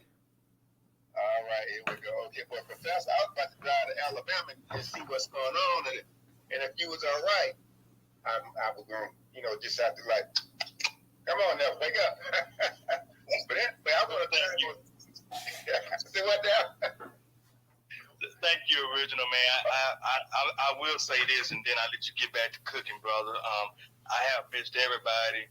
I needed all of y'all during the time that I was away, but I needed some, I guess you could say, mental time away from the social media aspect, because holiday times are kind of tough for me, and I told y'all, with my mom and stuff, I be trying to deal with that, and then other things too. So, but go ahead, Original, man. You was about to cook, right. So. All right.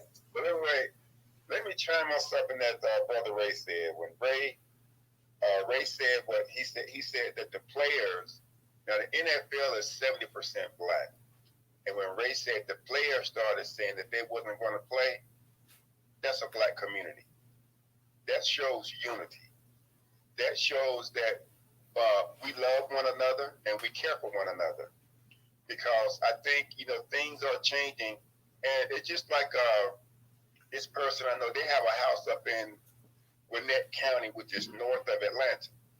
And see, right before COVID hit, it was right after my mother had transitioned, and I was I got real sick, and so I called. Normally, when I get sick, I give me some onions and garlic, and all the time I put it in some whatever, and I'm good. But this time it was kind of hard to get rid of, but I was just feeling really bad. But I called one of my neighbors, and I asked him. I said, "Listen, his car is not running." I said, "Listen, can you drive my car and go to the grocery store and get me a few items that I need for myself, because I don't want to get out the way I'm feeling." And then this person told me, because see, you have so many black people. See, where I live, it's majority black. As I said before, my state Senate seat is like 60-something% black. The state House seat is like 60% black. The congressional district is like 57-58% black, and so is as well as the city council seat. So in the community where I live, we haven't had it now since COVID hit, but we do have like a quarterly meeting where we talk to one another and see what's going on, because one of our community members, he's in an assisted living home now, and it was like, but before he went in, one of our neighbors who jogged noticed that his newspaper was piling up, and said, "Well, wait a minute, what's wrong here?" He got access to the house and found out that he wasn't doing well, and we all rallied behind him. I think what we have to look at also, I don't know who the person is that said that the black community is non-existent. We have to look out to see if they are a tether trying to tear us down. And if you notice now, we are closer to getting reparation than we ever been before. And so people are going to come at us with all kind of garbage, saying that we're not this, we're not that, and whatever. But we got to stay focused and stay on the course and make sure we reach our objective. Because, we do have a black community. Like I said, the guy that has the house in Gwinnett County told me that they don't have that kind of connection where they live. See, they live in a quote-unquote mixed community. So technically, they can't rely on their neighbors to come and take care of them if they've gotten ill. Me, I can call one of my neighbors and say, "Hey, I'm not feeling well. I'm gonna leave the side door unlocked. Just come on in, and I need some help, and I'll get it." And the same thing if one of them gets sick and they call me. And as far and what we got to look at also too is that yes,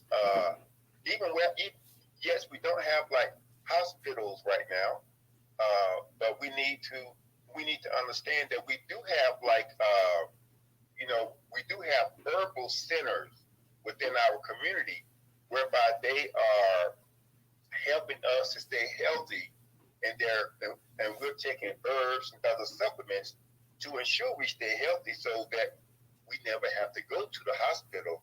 That's the objective, to keep ourselves healthy and to understand how to cleanse and detox and things of that nature. So I'm going to say we have to look at this person or anyone who comes up and say that the black community is no more. I tend to differ, because where I live, I don't live far from. There's a grocery store that I go to. It's part owned by. First, I was told that it was a black grocery store, and I've heard people say all kind of negative things about it. But then after doing research, I found out that it was part owned by black and part owned by some white folks. So I still say it's. I go there. They don't sell organic. They're beginning to change a little bit. They don't sell that much organic stuff, but I go there and I buy what I can out of the store, and keep it moving. But I think we just have to be very careful when we hear people say stuff like there is no black community, because where I grew up, west of Atlanta, we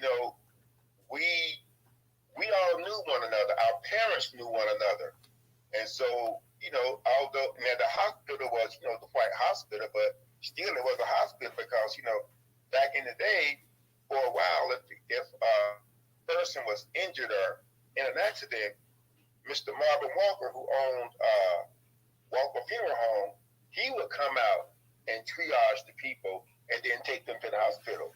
That's a black community. I know it was some time ago, but still, we do have people that are working with one another and they are doing things collectively wherever they live. Now, there may be some things missing, but I think we have to build, as Booker T. Washington said, cast your buckets down and build where you stand. So I think we need to look at that differently as far as people saying there is no black community. Because look, this Twitter space, this is a black community. Y'all see how we just, talk to Professor? That's community love. This is a black community right here. So yes, the black community is still alive and well. We may have we have some issues, but we do love one another. And I'll land on that. Thank you, brother. Original, as always. Glad to hear from you. Let me go ahead and kick it to Be More Codified. Be More Codified. Go ahead and unmute your mic. How y'all doing, fam? Sorry if you hear all this noise in the background. I was doing a little B1 work and then had to stop at the market for the wifey and everything. I want to the topic. Is this a black community? I had to agree with everything that Original said. Professor, what's going on? First off, shout out to everybody in the house, brother. Everybody, how y'all doing? Yeah, Professor, I was real concerned about you. I even emailed you, and yeah, you definitely scared me, but I'm definitely glad to hear you okay. I like to say, I always like to try to be laser beam, surgical with my words, and because especially we have children watching, and the one thing that I try not to do is lie to them. I do understand what Original was saying, and I have to say, I have to be totally honest. I tell my children that we have something called a care unit. A community, yes, I do feel like we have a community somewhat. We do communicate, and that's what a community does. But under the system of white supremacy, we cannot protect ourselves. We are in a position to be harmed. So what I tell my children is that we have a care unit, and that is a unit of individuals that look like us, that care for one another.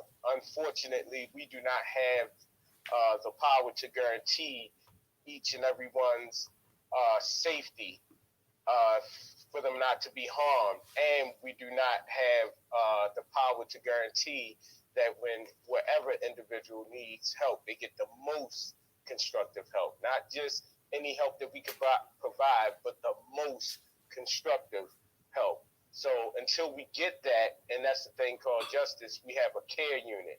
I was out here in Baltimore, me and Sister Giselle was out here giving care packages to the homeless on a very, very cold night. Well, a couple of them homeless people, I know y'all got to see the videos where they were telling us our stories. Here in Baltimore, well, it's right. We don't own shit.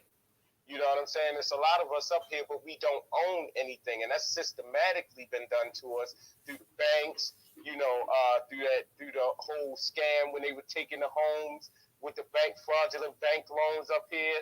I know that's affecting everybody everywhere. So what I just try to stick to the fact that we got a care unit. I care about everyone in this space. Toda just lost his mom. I care about that. I care about Toda, but unfortunately, I couldn't prevent or give Toda the most constructive help he needed. And all of us would love to, but we do care, and he knew we cared because we were reaching out to him, sending him messages, hitting him with love. You know what I'm saying? Now, I'm not saying that we won't ever reach the time that we can get to that status of guaranteeing everyone's safety and guaranteeing that everyone gets constructive help. We are going to get there, but we're not there yet. And I think as long as we keep being totally honest with ourselves we will get there, because you got to admit that you fucked up in order to fix it up. You know what I'm saying? We are fucked up, but we're not totally fucked up. You know what I'm saying? We do have some stuff together. We are getting it together even more better. So I would just say to the title that we have a care unit. People that care about people. We would have loved to get all of them people meals that we could that night, but we couldn't get everybody. We got the ones that we could get. And that's part of a community, but I think that what I call it a care unit, and it's similar, but community. I feel like a community would be able to protect the people in it, and we can't. We are in a position where we are victimized, and we can't protect each and every one of us. So I land there.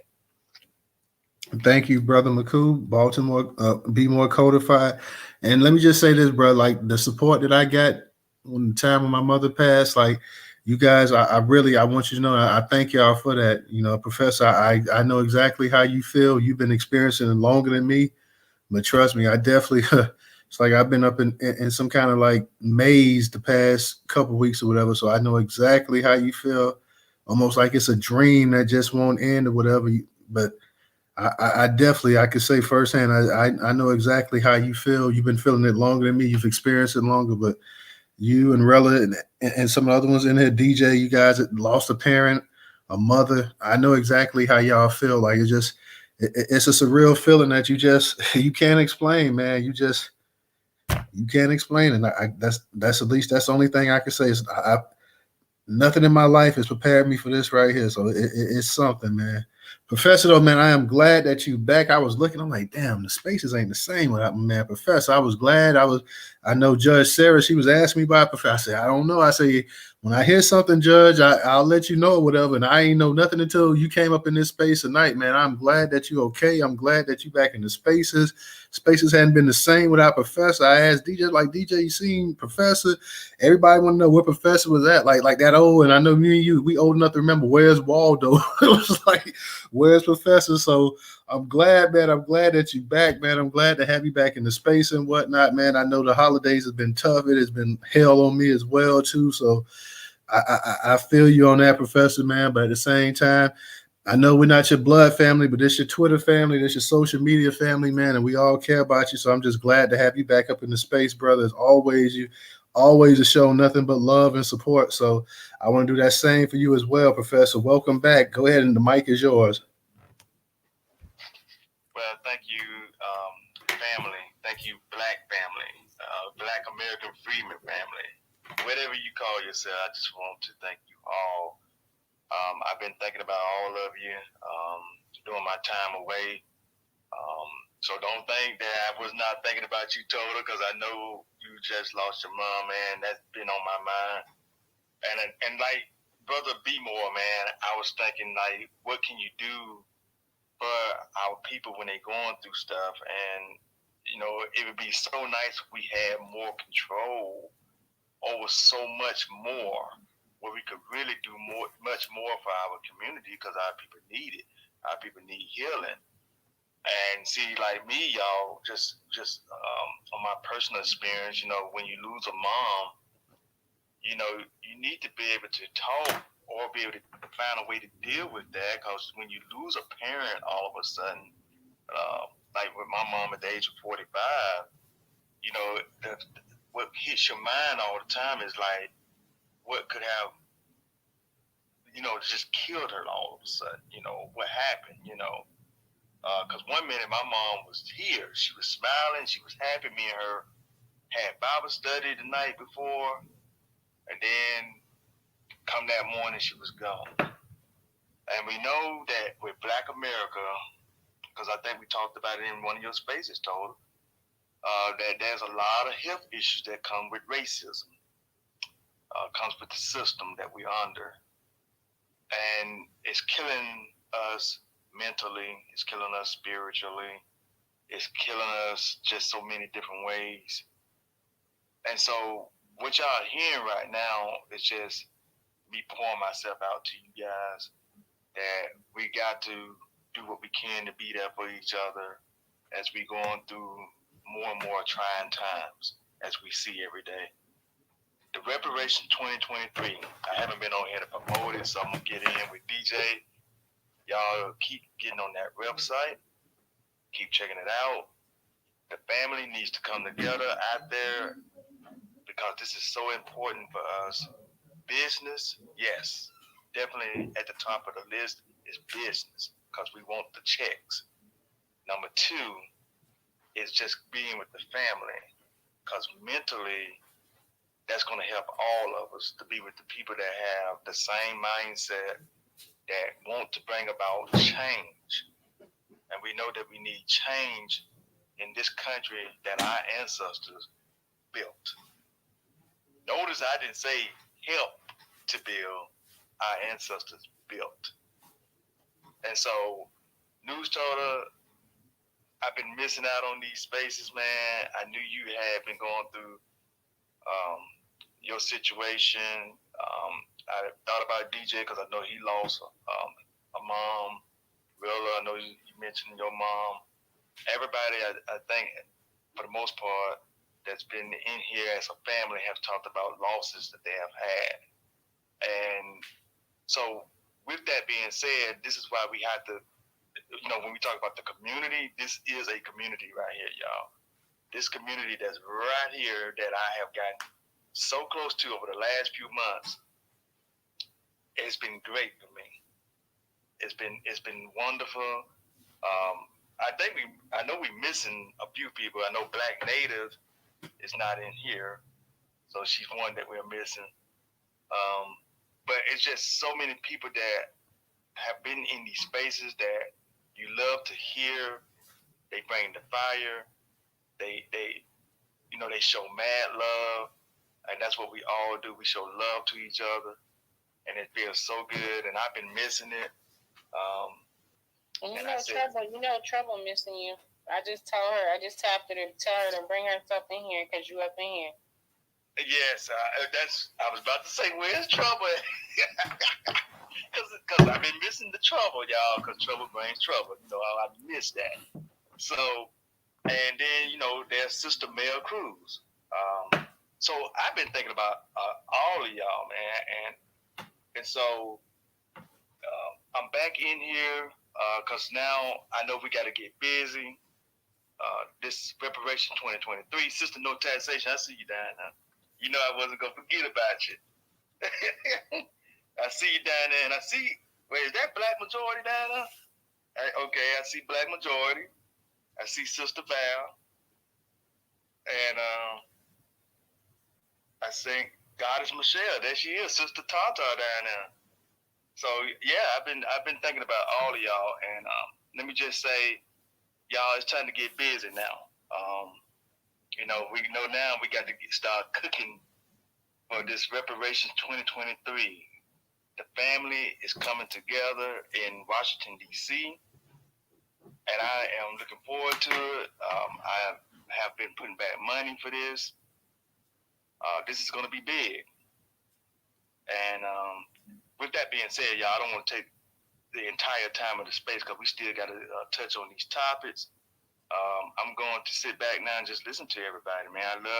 I've been sitting back listening to y'all, and I just miss all of that. So I'm gonna sit back and listen, cause I was listening to Sister Rilla doing her thing, and I think the judge is about to do her thing. I want to hear what she got to say. Professor, I just want to say this to you that during the holidays you're not alone. Newstoter asked, he was sitting in here, and I kind of went quiet for a little bit because I understood. And even, when my birthday passed, it's not the same because Mom's not here. It's been a year. So it's going to be, I think, those times. And I think that's the time that I realized that we have to tap in with each other. It took a lot of courage just to come online at the times that I did, even if I was sitting and listening, because I was hurting and I didn't really want to say nothing. But I had to hear you guys' voice. I had to just come in and just be in a room. So that's the reason why the Christmas time, holidays, and just in general, it takes you to another place when someone was there. and it's hard to know they're not there. So having the replacement, and not necessarily the replacement, but the thought of hopefully getting to meet everybody come to reparations 2023, and knowing that you guys are here and not just a voice, it does help. So I'm glad that you chime back in and that you are in the fight, because I'm pretty sure that's what your mom would want. So, we got your back, bruh. Thank you so much. And yes, my mom, I'm telling y'all, this would be something she would be down for big time. Cause I have talked about my mom on how she felt about white people. She was a Black Panther, y'all, right here in the South. Okay, and I'm telling you, if a white person disrespected her, she let them know right then and there. That's the time that my mom was on, and so I'm doing this, y'all, for my mom, but I got to do it for my grandmother who just passed away, and then of course my grandfather, both of my grandfathers who passed away. Any of the elders before me that really deserve this, that didn't never get it, they deserve it. We have to fight for them. Brother Malcolm X, Dr. Martin Luther King, all of our leaders, man, that have died for this cause. We got to get in for this. And so I've been sitting back, of course, listening to y'all. It was good to hear Ray's voice, man, because, he's another one. I like to hear Ray come in with the fire, because, one thing I love to hear from Ray is when he talks about the 2A. I was missing that because I updated my 2A, by the way, y'all. I've been big on that too. While I was off, I've been stocking up. And so, and then DJ, I'm telling you, I was like, man, when he was bringing the fire, talking about what the players are doing, what they should be doing to do more social justice and unionizing and organizing. That's what I like to hear, because I know DJ, he brings fire. All of y'all that I have connected to, y'all bring such fire that I've been missing. And so it's so good to hear everybody's voice here. And Newstoter, man, I'm telling you, yes, I was missing this, man, and I'm glad to be back. But I'm going to go back to listening, y'all, so I can hear everybody what they want to say about these topics. Professor, as always, man, I'm glad to just have you back. Like I say, if you need somebody to talk to as well, too, Rella, she reached out to me and I talked to her and stuff like that. So I definitely been talking to DJ. Ray's been keeping up with me and stuff like that. So if you need somebody, man, we here. Definitely glad to have you back. I want to get back into spaces as well, too, just to kind of get my mind just, off of some of the stuff that was going on. So I definitely feel you. Like, I was like, well, let me go ahead and just try to go ahead and put your best foot forward and try to move on, because, all our mothers, they were strong women, and that's what they expect from us anyways. They expect us to go on and fulfill our lives and keep going on and taking care of our families and stuff like that. So, we have no other alternative but to go ahead and remember them that way as well, too. So we definitely here, bro. Anytime you want to come up and speak or whatever, you already know this is your home, this is your family. So come on up here. I'm just glad to have you back. And whenever you get a chance, man, just come on up here. Black Majority State, I see you was up here, but then I saw your hand come down, so I'm gonna send you back the invite to speak in case you want to come back and speak, because I do want to hear what you got to say, Black, as well too. And let me just give a shout out to Miss Lisa. Miss Lisa, thank you. Miss Lisa say she's made this donation and she's making it towards a new Black media. So Miss Lisa, thank you. I definitely appreciate that. I don't consider myself part of the big Black media. I just consider myself part of, the curation Black media, whatever, just that's going to go ahead and put the stuff out there as well too. So whenever I get that, like somebody gives me a compliment like that, I definitely accept it and I definitely appreciate it. And I definitely thank you for your donation as well too. Mr. Engaging, I want to get to Andre and I want to get the Black Majority State first, and then we're going to get to you. Andre, I see you. I know you want to speak because you've been putting quite a bit of stuff up there in the Jumbotron, brother. So go ahead and unmute your mic. Thank you, brother. Thank you, Black family, for the time. Oh man, there's so much going on right now. It's important that we have constructive conversations. I've been educated to look at things critically. I studied economics and history and all sorts of international law. I studied my ass off for 4 years. Plus, I'm still studying. And I think that, I was watching, have you guys ever seen the show Black Journal? They have it on YouTube. You guys ought to check it out. This guy, Tony Brown, is a brilliant journalist. It just harkens back to the time when we had more rigorous discussions and disagreements in debates. Malcolm and Martin, they disagreed on things. Martin Luther King, his presence was that of a critic, right? He was criticizing. He wasn't just having a conversation to the Black community. He was in conversation, in dialogue, critiquing the United States government. And so he understood that, yes, Black people have been victimized, and yes, we understand and have identified who our victimizers are. But I think in the current, climate and all the dialogue that I'm hearing, I don't see enough. And this is the critic here in me, right? It's not an offense. I think a lot of us Black people, we get very offended if we don't feel as though we're complete experts on everything. And so my critique would be that, these conversations, we don't have enough of a talk about what the victimization has done to us and why we need reparations, right? So we always talk about, yes, reparations is coming, reparations. But we don't talk enough about why we so sorely need repair, right? Once we start talking about that, we're grounded in a very practical conversation about what exactly needs to be done. And so I put a lot of stuff into the Jumbotron just to, raise these topics and try to frame it into the bigger picture of the national and the international politics and the current events and the issues that are going on right now, because that's what Martin Luther King did. And that's what got him such attention and gained him such influence, was his speak to the crux of the issue of these pressing times. And, at the time, it was no less pressing. The Cold War, the United States had just did 2 wars, where there was a lot of spending and a lot of, profit.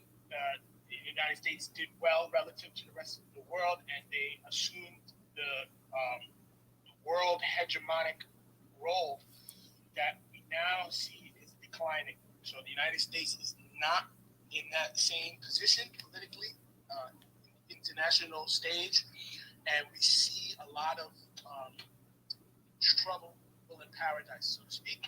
And so we as Black Americans, it's the same thing. We look at history, it kind of draws a nice chart for us of how these processes can pan out.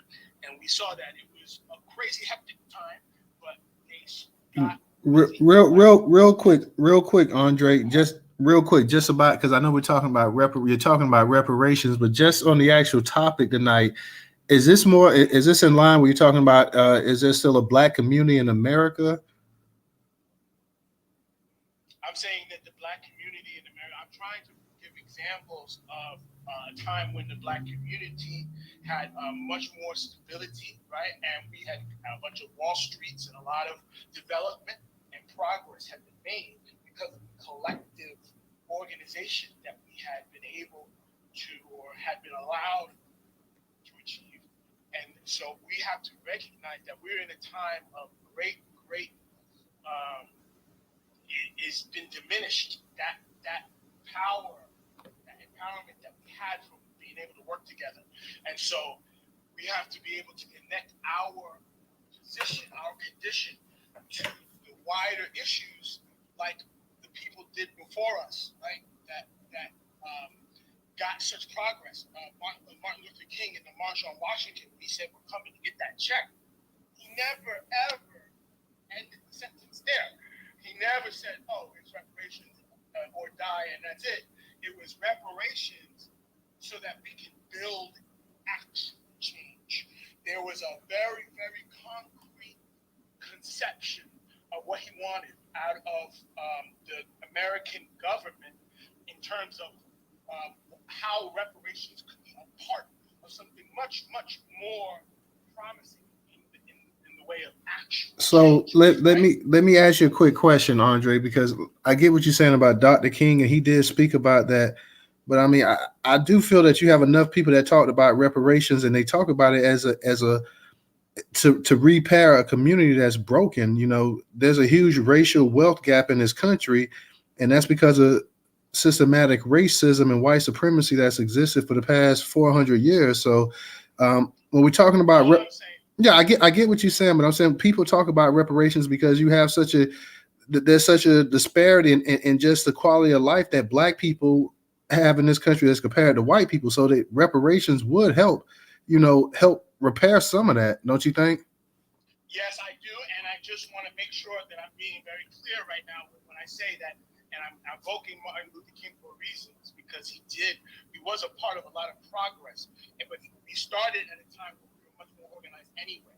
So I think we're at a very great disadvantage. But to answer your question, I would say that yes, we need reparations, but we need a much more concrete strategy of how that reparations will actually lead to any sort of actual change. Because you can look, there's a book called Capitalism and Slavery by Eric Williams. You know, he was a brother from the Caribbean diaspora, but he was a brilliant economist, and he was a graduate student. He wrote this incredibly groundbreaking book. It changed the way economists understood the people, economic historians, how they understood the development and the origins of capitalism. So are you trying to say that before that black people can get actual reparations, that it needs to be some kind of plan put in place before they can actually get it, is what you're saying?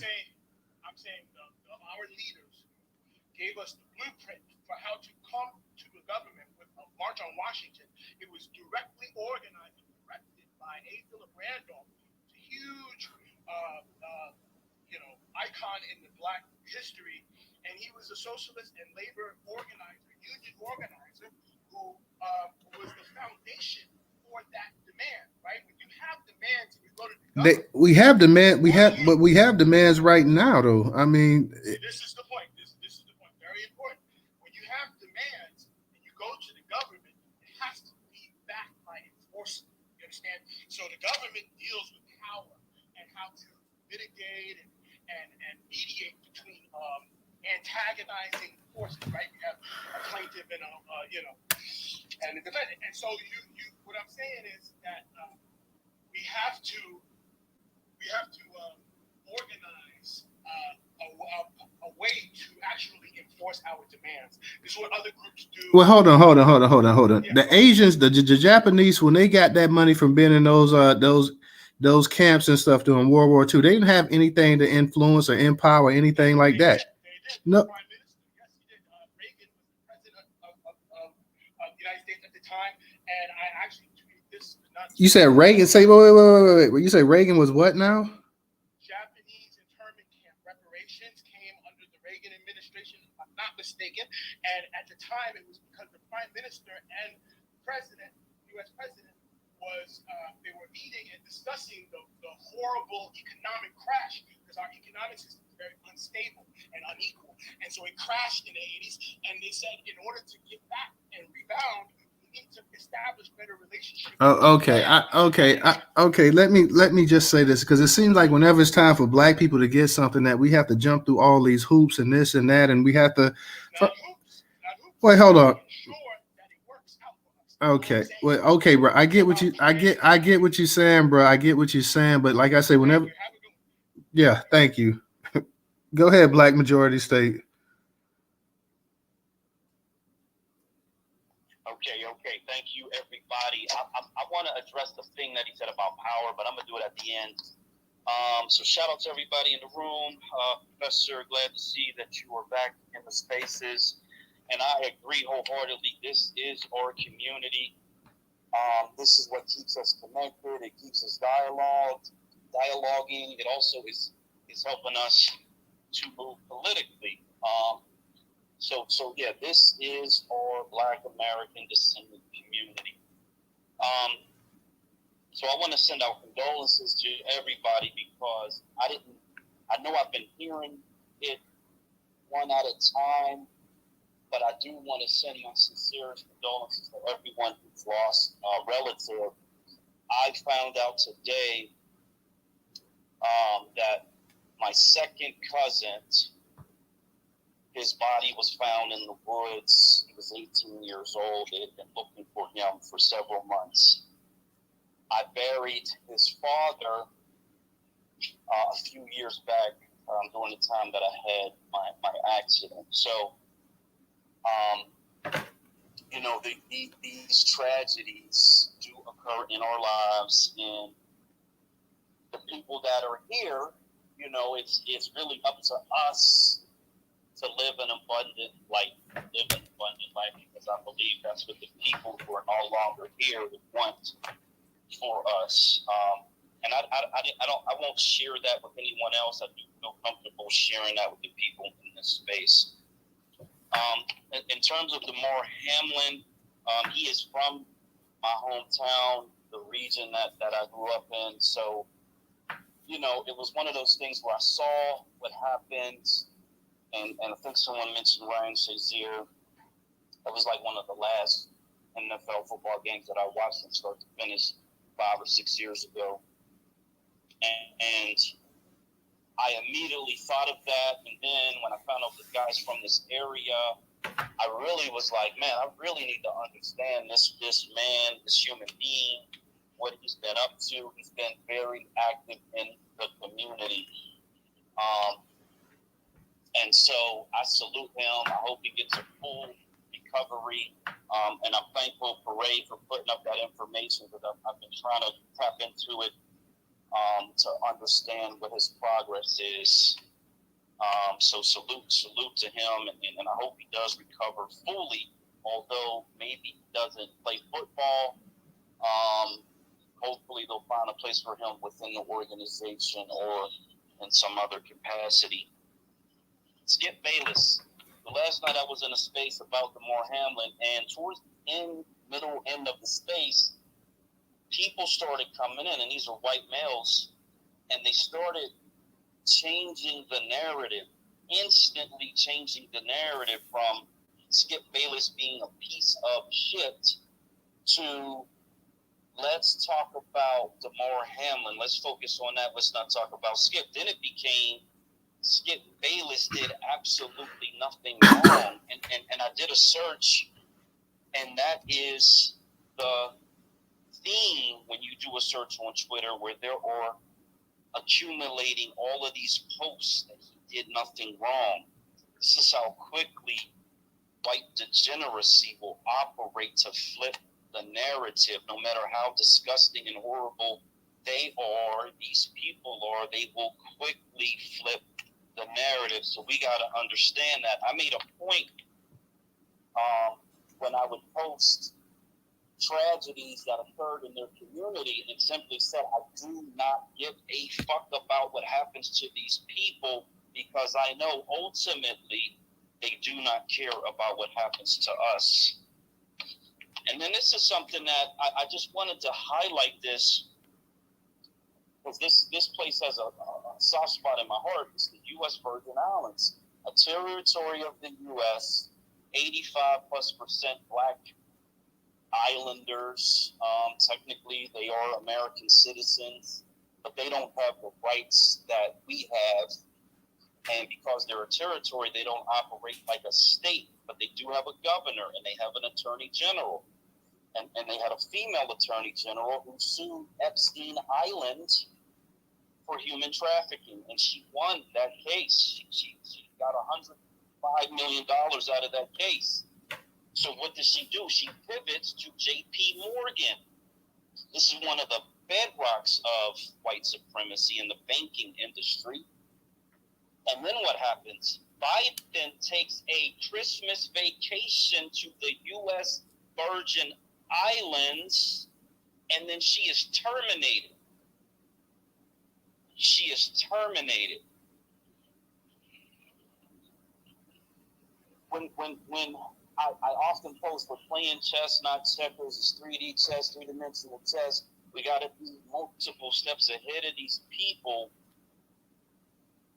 This is what I'm talking about. Now, in a state, the attorney general has to go through an impeachment process. The governor can't just kick her off the job. There are processes in a state. Unfortunately, and this woman deserves so much better than what she got. They just tossed her to the wind because she was victorious. So I just wanted to let people understand what we're up against, and I'll end on that.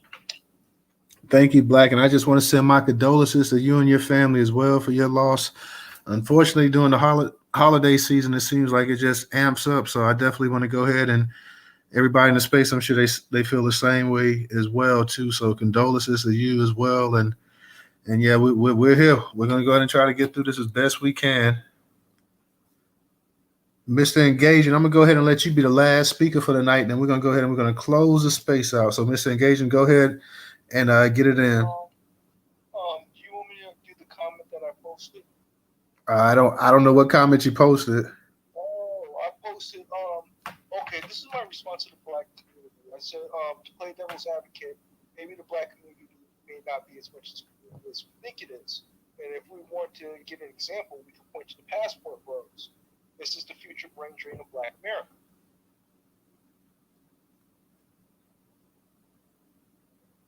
Okay. Well, like I said, I didn't even see the comments, so appreciate it. I appreciate it. Appreciate all the speakers and the co-hosts as well tonight, listeners. We're gonna go ahead and we're gonna close it out.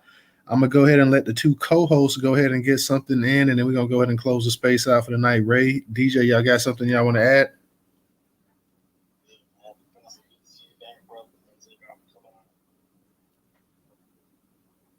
All right, DJ, what about you? You there? DJ might not be there, so I'll go ahead and just say once again, y'all we're glad to have our boy Professor back up in the space tonight. So that definitely made the space even better. I'm glad to have you back, bro. We will be back 8 p.m. Eastern Standard Time tomorrow too. So, Professor, if you ain't got nothing going on and you want to hang out for a little bit, please stop up in the space. You guys know we're gonna record it, so I know sometimes you guys can't catch the space live, so it will be recorded. So if you miss it, make sure you guys catch that recording. Also, we're in 2023. We definitely need the support of our people here doing the grassworks route and stuff with Newstoter. So if you guys can support us on PayPal or Venmo, that's in the actual Jumbotron. If not, support us on Cash App. That's $Newstoter, $Newstoter.